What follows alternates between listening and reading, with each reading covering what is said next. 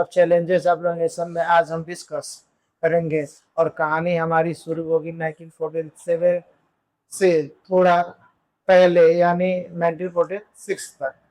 ठीक है ना, वहां से हम शुरू करेंगे ताकि हमें इतिहास में बहुत पीछे नहीं जाना है। और अब इतिहास पढ़ेंगे तो पार्टीशन पढ़ना पड़ेगा। अभी हम पॉलिटिकल साइंस पढ़ रहे हैं तो कुछ हम चीजें थोड़ा सा बैकग्राउंड के लिए हम चलेंगे, पीछे पढ़ेंगे और बाकी हम इधर क्या बोलते हैं पॉलिटिकल साइंस के अकॉर्डिंग पढ़ेंगे। ठीक है, समझ में आई बात। हिस्ट्री नहीं है, हम डीप तक नहीं जाएंगे। जो मेन चीजें हैं जो आपके पॉलिटिकल साइंस के लिए कंपल्सरी है वही बातचीत की जाएगी। ठीक है ना, आपको बता दिया जाए कि जो हमारा देश था वह 14, 15 अगस्त, 14, 15 अगस्त 1947 को क्या हो गया, आजाद हो गया। लगभग 200 सालों की गुलामी के बाद 200 सालों की गुलामी के बाद हम अंग्रेजों से क्या हुए, आजाद हुए। हम अंग्रेजों से क्या हो गए थे, लगभग 200 सालों की गुलामी से जब वह 1800 में 1600 कुछ इसमें भारत आए थे, उसके बाद पलासी के बैटल से वो कम्प्लीटली हमारे ऊपर क्या कर लिए थे, डोमिनेंस कब्जा कर लिए थे। तब से लेकर अब तक, अब जब हम लगभग 200 सालों तक उनके गुलाम रहे हैं। ठीक है ना, मामला ये था कि जब द्वितीय विश्व युद्ध शुरू हुआ तो द्वितीय विश्व युद्ध के बाद अंग्रेजों की स्थिति कमजोर पड़ गई और जितने उन्होंने विश्व में राज्यों को कोलोनाइज कर रखा था सबको आजाद करना शुरू कर दिया था। ठीक है ना, और जब आजाद करना शुरू कर दिया था कि उसी क्रम में हमारे देश को भी आजादी मिली। ठीक है ना, और जब आजादी मिली तो हमारे देश की स्थिति ये थी कि हमारे देश में 2 दल थे। कितने दल, 2 दल थे। दल तो 3 थे मुख्यतः, लेकिन दो जो दल थे वो एक साथ थे और एक दल अलग था। ठीक है ना, तो हमारे भारत में जो भी भारत था, तो भारत में क्या हुआ कि 2 दल बने। ठीक है, एक ऐसा दल था जिसको कांग्रेस कहते थे, क्या बोलते थे, कांग्रेस, और एक था मुस्लिम लीग। एक क्या था, मुस्लिम लीग। ठीक है ना, तो जो मुस्लिम लीग था वह ये एक पॉलिटिशियन है जिनका नाम है शेख मुजीबुर रहमान। ठीक है ना, शेख मुजीबुर रहमान थे मुस्लिम लीग के संस्थापक, और एक थे क्या बोलते ऑल इंडिया मुस्लिम लीग। ठीक है ना, तो 2 नेता थे। एक तरफ थे जिन्ना, कौन थे, जिन्ना, और दूसरा मुस्लिम लीग। ठीक है ना, दूसरा क्या था, मुस्लिम लीग। तो एक तरफ जिन्ना, दूसरी तरफ एक जिन्ना और दूसरा मुस्लिम लीग। तो जिन्ना और मुस्लिम लीग दोनों मिलकर डिमांड कर रहे थे किसकी, पाकिस्तान की। एक बात याद रखो, जिन्ना की पार्टी का नाम था ऑल इंडिया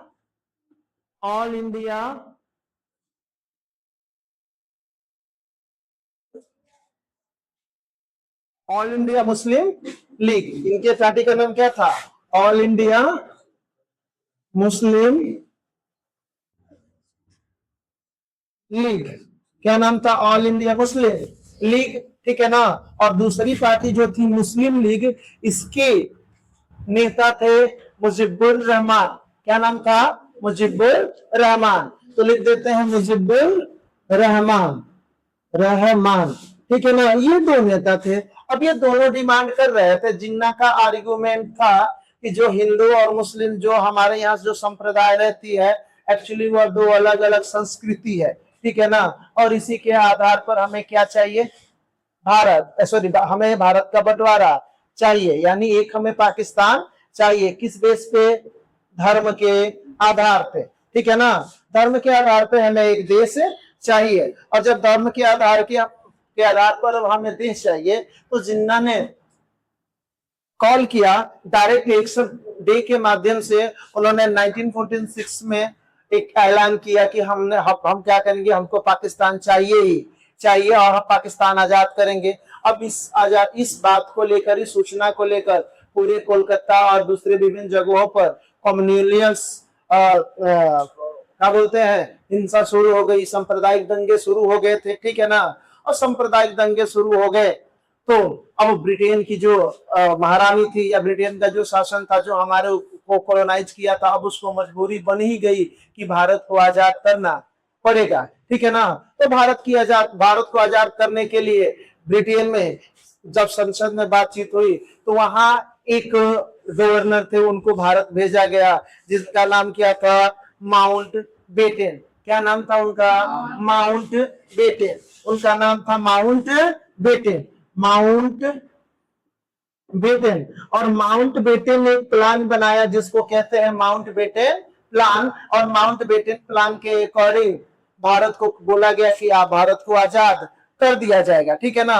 अंतिम गवर्नर जनरल थे कंपनी के, सॉरी ब्रिटिश सरकार के। तो ब्रिटिश सरकार के अंतिम गवर्नर जनरल का नाम क्या था, लॉर्ड माउंट बेटन, ठीक है ना।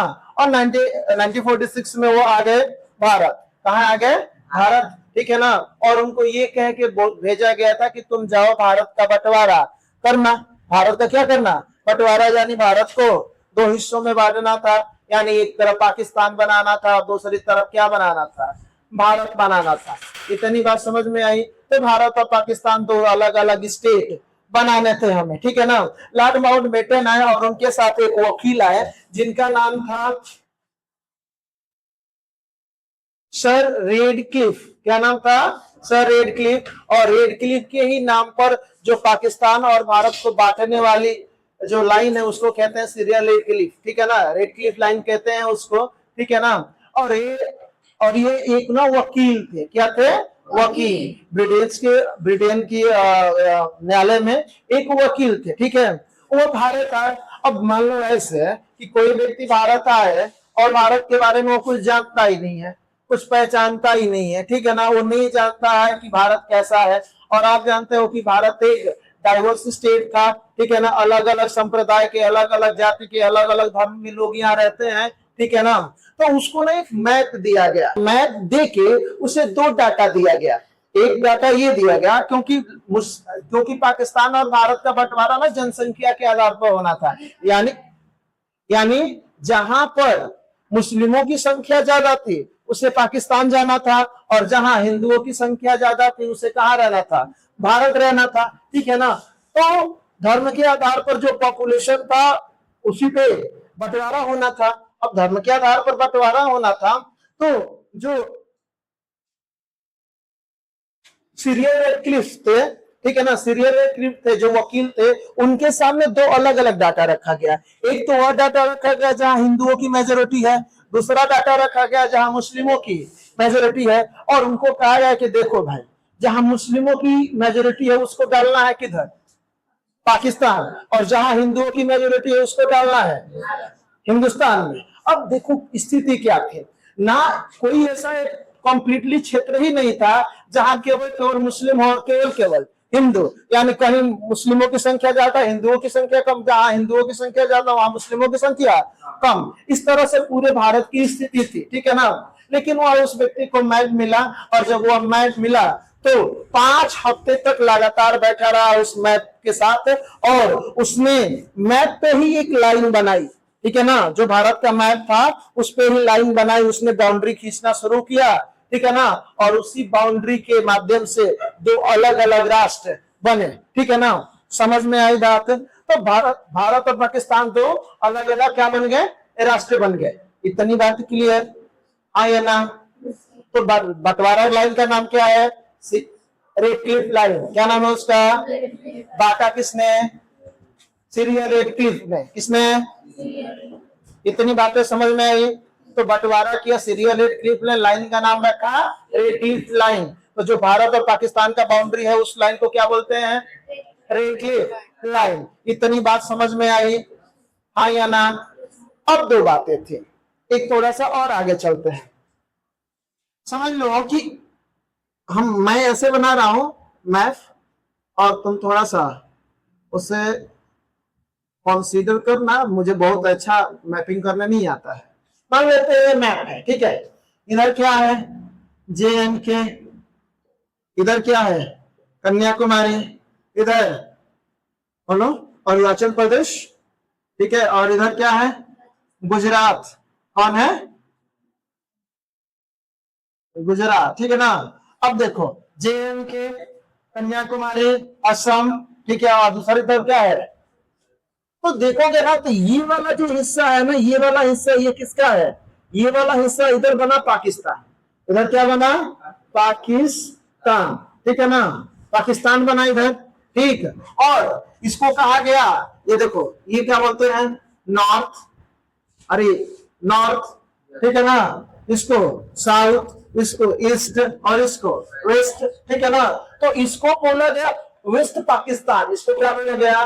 वेस्ट पाकिस्तान। और एक और हिस्सा था जो अभी अभी देख रहे हो ना, अभी इलेक्शन हुआ है पश्चिम बंगाल में, तो पश्चिम बंगाल के बाद उससे लगा हुआ एक देश है जिसका नाम है बंगाल, ठीक है ना, बांग्लादेश, जिसका नाम क्या है? बांग्लादेश, यानी बंगाल से लगा हुआ एक देश है जिसका नाम है बांग्लादेश। तो इसको कहा गया पूर्वी पाकिस्तान, यानी ईस्टर्न पाकिस्तान, ठीक है ना। और ये क्या? वेस्टर्न पाकिस्तान, ठीक है ना। तो दो पाकिस्तान बने, यानी इधर मेजोरिटी ज्यादा थी और इधर मेजोरिटी ज्यादा थी। क्लियर बात समझ में आई? हाँ या ना? ठीक है। अब देखो इधर की सत्ता मिली किसको? मुजफ्फर रहमान की, यानी ये जो मुस्लिम लीग थी उसका डोमिनेंस इधर था, ठीक है ना। और जिन्ना वाले का डोमिनेंस क्लियर मिल रहा था। तो जो वेस्ट पाकिस्तान था उधर किसका डोमिनेंस था? जिन्ना का। और जो ईस्ट पाकिस्तान उधर किसका डोमिनेंस? मुजफ्फर रहमान का, ठीक है ना। समझ में आएगा? अभी शेख हसीना का नाम सुने ना, अभी जो प्रोटेस्ट हुआ था बंगाल में, बांग्लादेश में, तो शेख हसीना भाग के आई थी, वो इन्हीं की बेटी है, ठीक है ना। समझ में आई मेरी बात? इन्हीं के परिवार की है। अब देखो क्या है, ये अलग अलग क्या बन गया? देश और भारत, ये क्लियर मेरी बात? आइए ना, समझ में ना। तो ये रहा भारत का पार्टीशन, ये क्या रहा? भारत का पार्टीशन। अभी बहुत हम लोगों ने डीप नहीं देखा है, बस ओवरऑल हमने क्या कर लिया, देख लिया, ठीक है ना। एक और बात छूट गई थी, माउंट बैटन से पहले एक मिशन आया था जिसको कहते हैं कैबिनेट मिशन। क्या बोलते हैं? कैबिनेट मिशन, ठीक है ना। और यह मिशन आया था इसलिए ताकि यह भारत में जो लीग थे उनके बीच सहमति बना दे, ठीक है ना, तब उसे आजाद करे, ठीक है। लेकिन सहमति नहीं बन पाई तो ये मिशन वापस लौट गया, ठीक है ना। समझ में आई मेरी बात? उसके बाद किसको भेजा गया? लॉर्ड माउंट बेटन को, ठीक है ना। और लॉर्ड माउंट बेटन ने अंततः क्या किया? सीरिया रेड के माध्यम से भारत और पाकिस्तान का बंटवारा कर दिया, ठीक है ना। समझ में आई बात? आया ना? चलो अब दो बातों को समझौता बने, दो बातों को क्या बना? समझौता। इसको इरेज करें। पहली बात ये थी कि हम इस स्टेट में ना डेमोक्रेटिक सिस्टम लेके आएंगे। कैसा सिस्टम लाएंगे? डेमोक्रेटिक। इसको कैसा सिस्टम लेके आएंगे? डेमोक्रेटिक, लोकतांत्रिक। कैसा सरकार होगी? लोकतांत्रिक गवर्नमेंट होगी, ठीक है ना। क्या थी? डेमोक्रेटिक यानी लोकतांत्रिक सरकार। क्लियर मेरी बात? तो दिस इज राइट, हाँ ठीक है। तो ये क्या है? लोकतांत्रिक सरकार। तो पहली सहमति बनी कि हम अपने देश में जो सिस्टम बनाएंगे गवर्नमेंट का वो कैसा होगा? डेमोक्रेटिक। कैसा होगा? डेमोक्रेटिक होगा, ठीक है ना। हम डेमोक्रेटिक फॉर्म को एडॉप्ट करेंगे। तो पहली सहमति बनी थी डेमोक्रेटिक स्टेट बनाने का। अब इसके पीछे का भी कारण समझ लो क्या कारण है, क्यों, ठीक है ना। क्योंकि देखो डेमोक्रेटिक कहता है ना, डेमोक्रेसी कहती है, आप 9th में पढ़े होंगे, ठीक है ना, डेमोक्रेसी। और डेमोक्रेसी का मतलब होता है लोकतंत्र। और लोकतंत्र में एक बात याद रखना, यहाँ यह ना डेमोक्रेसी लोगों को ना इक्वेलिटी देती है। क्या देती है? इक्वेलिटी। इक्वेलिटी, इक्वेलिटी मतलब होता है समानता। क्या होता है?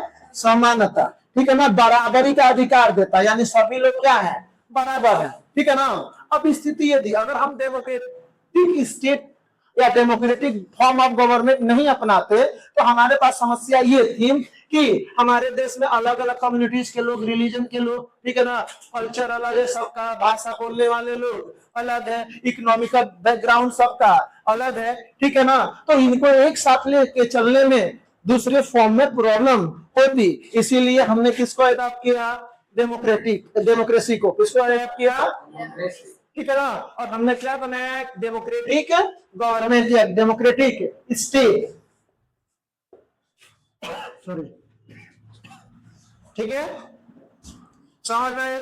और दूसरी बात थी ना, दूसरी बात थी कि सबके लिए ना वेलफेयर का काम होगा। किसके लिए, वेलफेयर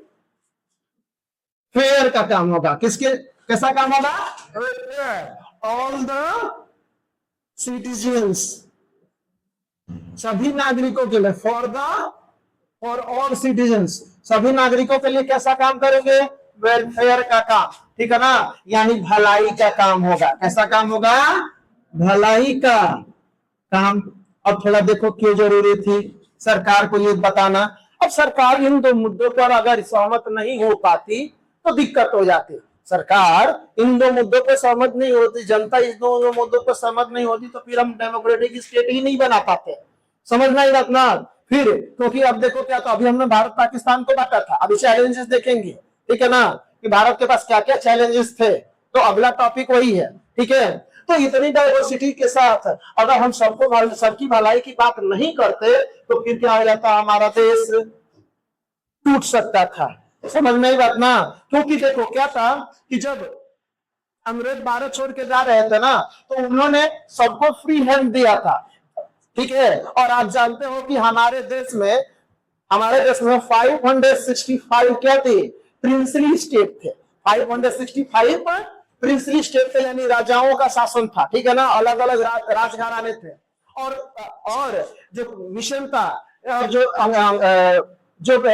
इंग्लिश में, सॉरी, जो ब्रिटेन के लोग थे, जो अंग्रेज थे, जब वो भारत छोड़ के जा रहे थे तो उन्होंने कहा कि जब हम भारत छोड़ेंगे तो यहाँ के रहने वाले जितने भी रियासत के लोग हैं वो अपने हिसाब से चाहे तो पाकिस्तान जा सकते हैं, चाहे तो भारत जा सकते हैं, चाहे तो अपना खुद का राज्य बना सकते हैं, ठीक है ना। तो ये प्रॉब्लम थी और भारत में सबको एक साथ लाना था, ठीक है ना। तो ये चैलेंजेस थे, इसीलिए ये 565 जो प्रिंसली स्टेट थे, ठीक है ना, उनको एक करना था। तो दो बातों पर सहमति बनी, एक तो वेलफेयर का काम करेंगे, दूसरा डेमोक्रेटिक स्टेट बनाएंगे। इतनी बात समझ में आई, हाँ या ना, ठीक है। अब देखो क्या हुआ, थोड़ी सी बात याद रखो। देखो हमारे देश में गरीबों का देश, ठीक है ना। हम जब आजाद हुए थे तो हमारे पास खाने के लिए अनाज नहीं था, पहनने के लिए कपड़े नहीं थे, ठीक है। न खाने के लिए अनाज है, न पहनने के लिए कपड़े हैं। 80% जनता गरीबी में जी रही है, पॉवर्टी में जी रही है। इस स्थिति में भारत आजाद हुआ और हम सबसे ना दुर्भाग्य वाले लोग थे, ठीक है, कि जैसे ही हमारा देश आजाद हुआ कि तो आजादी के साथ ही हमारा पार्टीशन भी हो गया, ठीक है ना। यानी आजादी के साथ ही हम क्या हो गए, बट गए। क्लियर मेरी बात। तो ये हमारे लिए चुनौती थी, इसीलिए ये दो बातों पर हमने एग्रीमेंट किया कि पहला एक लोकतांत्रिक स्टेट बनाएंगे और दूसरा क्या बनाएंगे, वेलफेयर का काम करेंगे अपने लोगों के लिए। क्लियर मेरी बात, हाँ या ना, ठीक है।